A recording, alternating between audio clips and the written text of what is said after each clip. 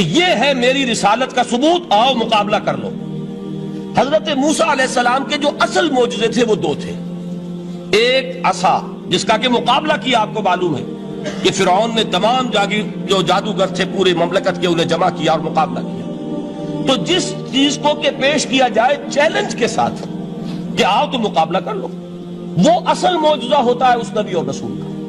تو حضور صلی اللہ علیہ وسلم کا اصل معجزہ، یعنی معجزات، آپ یہ مغالطے میں مبتلا نہ ہو، میں بقیہ معجزات کی نفی نہیں کر رہا، یہ واقعات اپنی جگہ حق ہیں کہ حضور کو پتھر سلام کرتے تھے۔ حضور صلی اللہ علیہ وسلم جس کھجور کے تنے کے ساتھ ٹیک لگا کر خطبہ دیا کرتے تھے، جبکہ ابھی مسجد نبی میں ممبر نہیں بنا تھا، جب تعداد زیادہ ہو گئی مسلمانوں کی اور ضرورت محسوس ہوئی کہ ذرا بلند مقام پر کھڑے ہو کر آپ خطبہ ارشاد فرمائیں، تو پھر وہ ممبر بنا کر رکھا گیا۔ پہلے مرتبہ جب آپ ممبر پر چڑھ رہے تھے خطبہ دینے کے لیے، تو اس کھجور کے سوکھے تنے میں سے ایسی آواز آئی جیسے کوئی بچہ بلک بلک کر رو رہا ہو کہ وہ سعادت جو مجھے حاصل رہی تھی آج تک میں محروم ہو گیا۔ تو یہ انبیاء کا مقام ہے۔ مولانا روم نے اسی لیے کہا ہے کہ فلسفی کو منکر حنانہ است، از حواس انبیاء بیگانہ است۔ فلسفی اور عقلیت پرست انسان وہ تو حنانہ کا انکار کر دے گا، کیسے ممکن ہے سوکھا تنا اور اس کے اندر سے بچے کی طرح بلکنے کی آواز آئے، لیکن یہ اس لیے ہے کہ وہ انبیاء کے خصوصی احوال جو ہے ان کو جانتا نہیں۔ اس قسم کے خرق عادت واقعات حضور کی زندگی میں بھی بے شمار ہوئے، لیکن حضور کا وہ معجزہ جس میں تحدی کے ساتھ چیلنج کے انداز میں کہا گیا کہ آؤ مقابلہ کرو، وہ صرف اور صرف قرآن ہے۔ چنانچہ آپ سورہ بنی اسرائیل میں دیکھیں گے، قُلْ لَئِنِ اجْتَمَعَتِ الْإِنسُ وَالْجِنُّ عَلَىٰ أَن يَأْتُوا بِمِثْلِ هَٰذَا الْقُرْآنِ لَا يَأْتُونَ بِمِثْلِهِ وَلَوْ كَانَ بَعْضُهُمْ لِبَعْضٍ ظَهِيرًا۔ اے نبی چیلنج کر دیجئے، اگر تمام انسان اور تمام جن مل کر یہ چاہیں کہ اس قرآن جیسی کوئی تصنیف کر دیں، تو چاہے وہ ایک دوسرے کا کتنی بھی اس میں مدد کریں اور تعاون کریں، وہ ہرگز قرآن جیسی کتاب تصنیف نہیں کر سکتے۔ اس سے آگے بڑھ کر یہ بات کہی گئی، اچھا پورا قرآن نہیں لا سکتے، اس قرآن کی طرح کی 10 صورتیں ہی تصنیف کر لو۔ جب اس کا بھی جواب نہیں دیا گیا تو جسے کہتے ہیں برسبیل تنزل، اور پنجابی میں کہتا ہے کہ برے کو گھر تک پہنچانا، وہ برے کو گھر تک پہنچانے کے لیے فرمایا ایک صورت ہی بنا لاؤ۔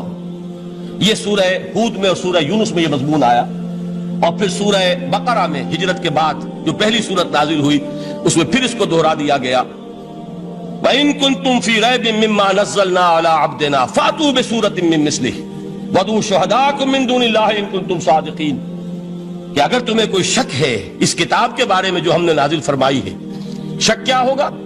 شک اسی بات میں ہوگا کہ شاید یہ محمد کا اپنا کلام ہے صلی اللہ علیہ وسلم، یا کوئی اور انسان ہے جو انہیں سکھا پڑھا رہا ہے۔ اگر تمہیں اس نوعیت کا کوئی شک ہے تو اس جیسی ایک صورت بنا لاؤ، فَأْتُوا بِسُورَةٍ مِّن مِّثْلِهِ۔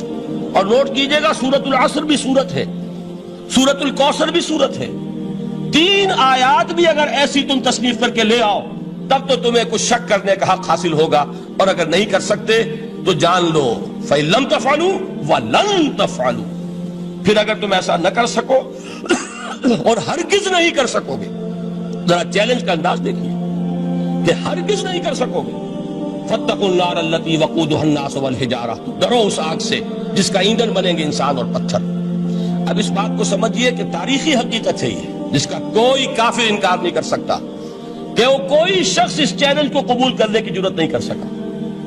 اگر جھوٹ موٹ کو بھی کوئی کھڑا ہو جاتا اور کہتا کہ ٹھیک ہے میں نے یہ ایک صورت بنائی ہے اور میرا دعویٰ یہ ہے کہ یہ قرآن جیسی ہے، تو ایک کنٹروورسی تو پیدا ہو جاتی نا۔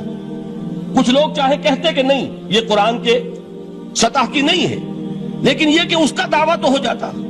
لیکن تاریخ یہ بتا رہی ہے کہ سرے سے کسی شخص نے اس کی جرات نہیں کی، اس درجے وہ قرآن سے مرعوب ہوئے۔ تو حضور کا سب سے بڑا معجزہ جو آج تک زندہ ہے، اس کو ذہن میں رکھیے، میں نے جو حضرت موسیٰ حضرت عیسیٰ کے معجزات گنوائے ہیں وہ در حقیقت ان کی اپنی ذات کے ساتھ تھے۔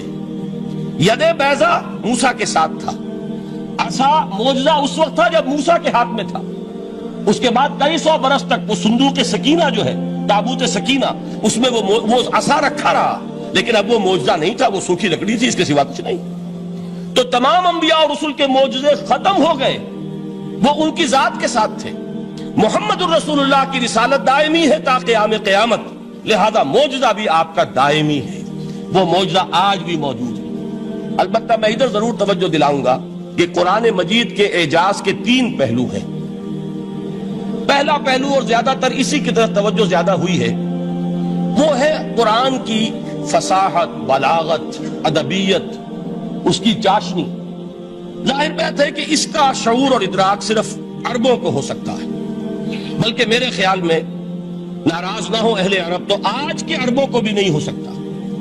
یہ اسی دور کے عرب، ان کی اپنی جو اس وقت کی زبان تھی، اس زبان میں فصحاء، بلغاء، شعراء، خطباء، ان کو اتنا ذوق تھا کہ وہ باقی پوری دنیا کو کہتے تھے یہ گونگے ہیں، بولنا ہمیں آتا ہے، خطیب ہم ہیں، شاعر ہم ہیں، خطبہ ہم دے سکتے ہیں، شعر ہم کہہ سکتے ہیں، باقی سب تو عجمی ہیں، گونگے ہیں، ان کے اندر نہ فصاحت ہے، نہ بلاغت ہے، نہ ان کے کلام میں چاشنی ہے، نہ اس کے اندر کوئی شکو ہے۔ یہ دعویٰ جنہیں تھا، جب ان کے منہ بند ہو گئے قرآن کو سننے کے بعد کہ اس کلام کا کوئی مقابلہ ممکن نہیں ہے، جو ان کے سبع معلقہ کے شعراء میں سے آخری شاعر وہ ایمان لے آئے، اس کے بعد جب ان سے کہا گیا کہ اب آپ شعر نہیں کہتے، حضرت عمر نے ایک مرتبہ ان سے سوال کیا کیا بات ہے، اب آپ نے شعر کہنے چھوڑ دیے؟ تو ان کا جواب یہ تھا اب بعد القرآن، کیا اب قرآن کے بعد بھی اس کا امکان ہے کہ کوئی شخص اپنی فصاحت اور بلاغت کا کوئی اظہار کرنا چاہے؟ یہ تو فصاحت اور بلاغت کی ایک معراج ہے کہ جس تک کہ اب کسی انسان کی رسائی ممکن نہیں۔ تو فصاحت اور بلاغت جو ہے قرآن کے اور اس کی ادبیت، در حقیقت اس کا ادراک تو ہو سکتا ہے صرف اہل زبان کو۔ ہم لوگ جو ترجموں سے پڑھتے ہیں، چاہے کتنی ہی گرامر پڑھ لیں، کتنی صرف و نحو پڑھ لیں، واقعہ یہ ہے کہ وہ جو ایک ہوتا ہے نفس پر جب انگلی آتی ہے تو جو ایک آپ کو فیل ہوتی ہے، وہ فیل ہم جو عجمی لوگ ہیں جن کی مادری زبان عربی نہیں ہے، وہ قرآن مجید کی فصاحت اور بلاغت کو اس طور سے نہیں سمجھ سکتے جیسے کہ اہل زبان سمجھ سکتے ہیں، اور خاص طور پر جیسے کہ اس زمانے کے اہل زبان نے سمجھا۔ آج چونکہ عربی زبان ویسے تو جو اس کی فصیح لینگویج ہے وہ جو کی تو اپنی اصل پر قائم ہے، اور وہ اسی قرآن کے طفیل اور قرآن کے صدقے قائم ہے، ورنہ دنیا میں کوئی دوسری زبان نہیں ہے کہ جو 1500 برس تک اتنی پیور رہ جائے، اس میں تبدیلی آتی ہے۔ خود اردو جو ہے 300 برس کی اردو، دکن کی اردو، ذرا اس کو کبھی پڑھیے تو آپ حیران ہوں گے کہ یہ اردو زبان ہے اور آج کی اردو کوئی اور ہے۔ یہ صرف 200-250 برس کے اندر یہ انقلاب اردو میں ہو چکا ہے۔ عربی زبان 1500 برس سے وہ قائم ہے اپنی اسی جگہ پر، اور وہ صرف قرآن کا اعجاز اور قرآن کا صدقہ ہے، لیکن باقی جو اصل میں بولی جانے والی زبانیں ہیں وہ بہت بدل چکی ہیں۔ لہذا تمام اہل عرب کے لیے بھی اب قرآن کے اس پہلو کو صحیح طور پر سمجھنا ممکن نہیں۔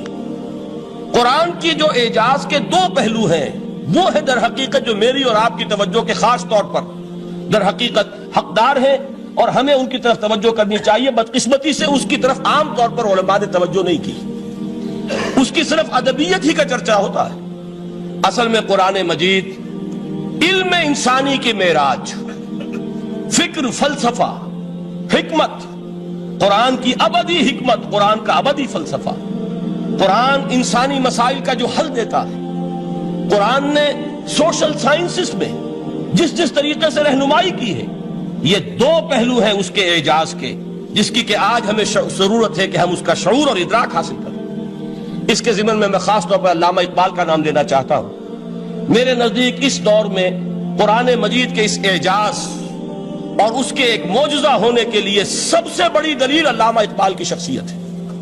وجہ کیا ہے کہ علامہ اقبال علماء کے طبقے میں سے نہیں تھے۔ ظاہر بات ہے کہ جن کا پورا جو ہے جن کی زندگی گزرتی ہو قال اللہ و قال الرسول میں، ان کے دلوں میں عظمت قرآن کی، ان کے دلوں میں حضور کی محبت یہ تو سمجھیے کہ ہونی ہی چاہیے، ان کے شب و روز اسی میں گزرتے ہیں۔ لیکن یہ کہ ایک ایسا شخص جس کی تعلیم ہے کالجوں کی، یونیورسٹیوں کی، جس نے مشرق اور مغرب کے فلسفے کھنگال ڈالے، وہ شخص، اور وہ بھی اس دور میں جبکہ ہم پر مغرب سے مروبیت بہت شدید تھی۔ آج تو وہ مروبیت بہت کم ہو چکی ہے۔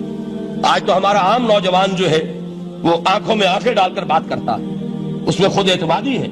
ہمارا بھی اپنا ایک معاشی نظام ہے، ہمارا اپنا ایک سیاسی نظام ہے، ہمارا ایک اپنا سماجی نظام ہے، ہماری اپنی سوشل ویلیوز ہیں۔ آج کا نوجوان الحمدللہ احیاء اسلام کی وہ جد و جہد جو ہے وہ مرحلہ در مرحلہ بہرحال آگے بڑھ رہی ہے۔ وقت لگے گا، لیکن یہ کہ اس میں یقیناً ترقی ہوئی ہے۔ اسی کا مظہر یہ ہے کہ خود اعتمادی ہے، we have confidence۔ ہم جانتے ہیں کہ اسلام ایک دین ہے، مکمل دین ہے، اس کے پاس زندگی کے تمام مسائل کا حل ہے، لیکن یہ ہے آج 1985 کی بات۔ علامہ اقبال اس صدی کے آغاز میں گئے ہیں یورپ، جبکہ ہم محکوم تھے انگریز کے۔ ایک حاکم قوم کے ہاں جا کر، اس سے مروبیت کتنی شدید اس وقت تھی، جو جاتا تھا اکثر و بیشتر جو ہے واپس آتا تھا تو کھڑے ہو کر پیشاب کرنا ضروری سمجھتا تھا، اس لیے کہ اس نے وہاں پر لوگوں کو یہی کرتے دیکھا۔ ان کا لباس، ان کی وضاحت، ان کی تہذیب، ان کا تمدن، ہر طرح سے ان کے گن گاتا ہوا، ان کے لیے وہ بہت قصیدے جو ہیں تعریف کے کہتا ہوا آتا تھا۔ لیکن ایک علامہ اقبال کی شخصیت وہ ہے کہ وہ یہ خود کہتے ہیں کہ میں اس آگ میں ڈالا گیا ہوں مثل خلیل، مغربی تہذیب کے اس الاؤ میں مجھے اس طرح ڈالا اللہ نے جیسے کہ حضرت ابراہیم کو آگ میں ڈلوایا۔ میں اس تہذیب کے اس الاؤ کے اندر سے ہو کر آ رہا ہوں، اور میں نے یہ دیکھ لیا ہے کہ یہ تہذیب کھوکھلی ہے، اس کے اندر کوئی پائیداری نہیں ہے، نظر کو خیرہ کرتی ہے تب چمک تہذیب حاضر کی، یہ صناعی مگر جھوٹے نگوں کی ریزہ کاری ہے۔ اور دیار مغرب کے رہنے والوں، خدا کی بستی دکان نہیں ہے، کھڑا جسے تم سمجھ رہے ہو وہ اب ذرے کا معیار ہوگا۔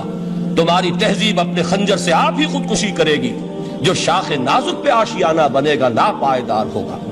اب آپ اندازہ کیجئے وہ شخص جو بنیادی طور پر فلسفی ہے، فلسفے کا طالب علم ہے، وہ جرمنی اور انگلستان میں جا کر فلسفے کھنگالنے کے بعد اسے اگر تسکین حاصل ہوئی، اس کی جو علم کی پیاس تھی اگر اسے سیری حاصل ہوئی تو صرف قرآن کے ذریعے سے، نہ کہیں جہاں میں اما ملی، جو اما ملی تو کہاں ملی میرے جرم خانہ خراب کو تیرے عفو بندہ نواز میں۔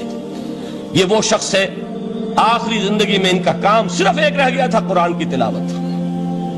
بڑے بڑے فلسفی ملنے آتے تھے علامہ اقبال سے ملنے، وہ سمجھتے تھے بڑی لائبریری ہوگی، جیسے بڑے وکیل اس کی لائبریری آپ کو معلوم ہے کتنی جلدیں رکھی ہوں گی، خوبصورت جلدیں بنی ہوئی، ایسے ہی کوئی بڑا فلسفی، بڑا پروفیسر، اس کی سٹڈی، اس کی کتابیں بڑی مروب کن ہونی چاہیے۔ لیکن علامہ اقبال کے ہاں سب کتابیں اٹھوا دی تھی انہوں نے، صرف ایک کتاب رہ گئی، اور سید نذیر نیازی کا نام آپ نے سنا ہوگا۔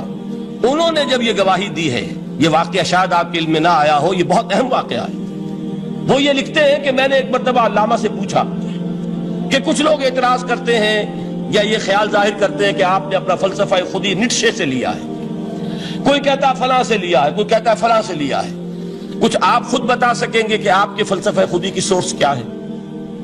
تو علامہ نے کہا کہ اچھا کل فلاں وقت آ جانا تو میں تمہیں لکھوا دوں گا، ڈکٹیٹ کرا دوں گا۔ تو سید نذیر نیازی کہتے ہیں کہ میں بہت خوش ہوا کہ یہ سعادت میرے حصے میں آ رہی ہے کہ علامہ اقبال خود مجھے تحریر کرائیں گے کہ میرے فلسفے کی سورس کیا ہے، میں نے کہاں سے اخذ کیا ہے۔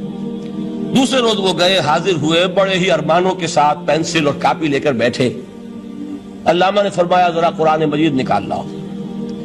وہ قرآن مجید لائے، حیران ہوئے، یہ فلسفے کا سورس مجھے ڈکٹیٹ کرانے چلے تھے، یہ قرآن مجید کہہ رہے۔ کہا کہ ذرا سورۃ الحشر اس کا آخری رکوع، وَلَا تَكُونُوا كَالَّذِينَ نَسُوا اللَّهَ فَأَنسَاهُمْ أَنفُسَهُمْ أُولَٰئِكَ هُمُ الْفَاسِقُونَ۔ اے لوگوں، ان لوگوں کے مانند نہ ہو جانا جنہوں نے اللہ کو بھلا دیا، تو اللہ نے انہیں اپنی خودی سے غافل کر دیا، اپنے آپ سے بیگانہ بنا دیا، یہی ہیں لوگ جو فاسق ہیں۔ علامہ نے کہا میرے فلسفے کی سورس یہ میں آپ کو بتانا چاہتا ہوں۔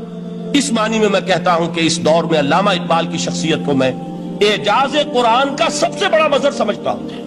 ایک شخص 20ویں صدی عیسوی کی شخصیت، اور پھر یہ کہ وہ کہیں مسجد اور کسی مدرسے کے ماحول میں پلا بڑھا نہیں ہے، بلکہ اسکولوں اور کالجوں میں اور یونیورسٹیوں میں، اور صرف ہندوستان میں نہیں، انگلستان اور جرمنی کی یونیورسٹیوں میں رہا، جس نے اپنا لوہا منوایا ہے۔ وہ شخص اگر یہ کہتا ہے کہ میرے لیے فکر کی بنیاد، میرے فلسفے کی سورس، میری تمام سوچ کی رہنمائی جو ہے وہ اس کتاب نے کی ہے، تو معلوم ہوا کہ واقعتاً یہ قرآن مجید آج بھی معجزہ ہے۔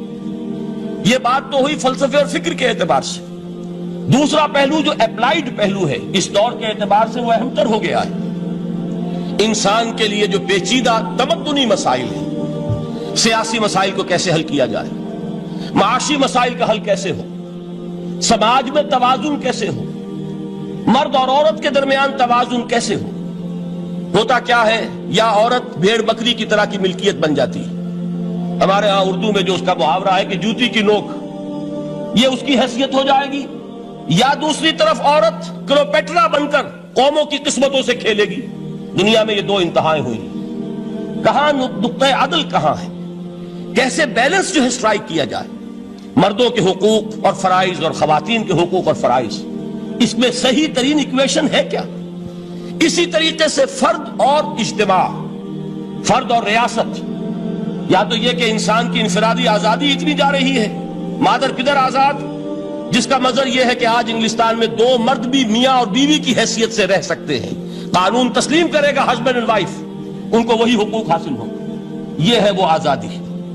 اور یا پھر یہ ہے کہ جو روس میں ہے یا دوسرے ممالک میں ہے کہ آزادی بالکل ختم، اور معلوم ہوا کہ ایک ٹوٹلیٹیرین سوسائٹی ہے، مستبدانہ نظام ہے. ان کے درمیان نقطہ عدل کہاں ہے؟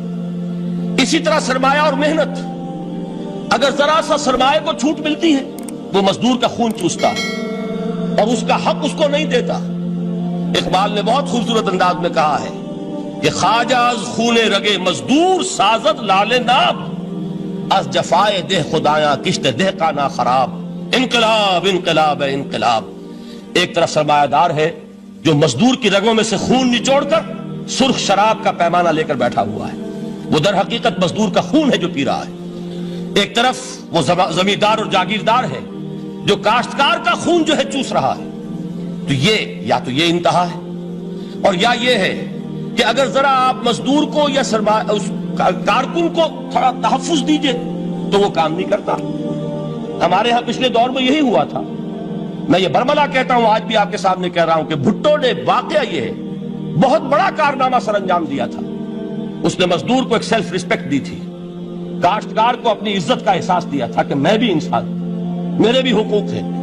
لیکن نتیجہ اس کا نیگیٹو نکلا. مزدور نے کام کرنا چھوڑ دیا، معیشت کی گاڑی ختم ہو گئی.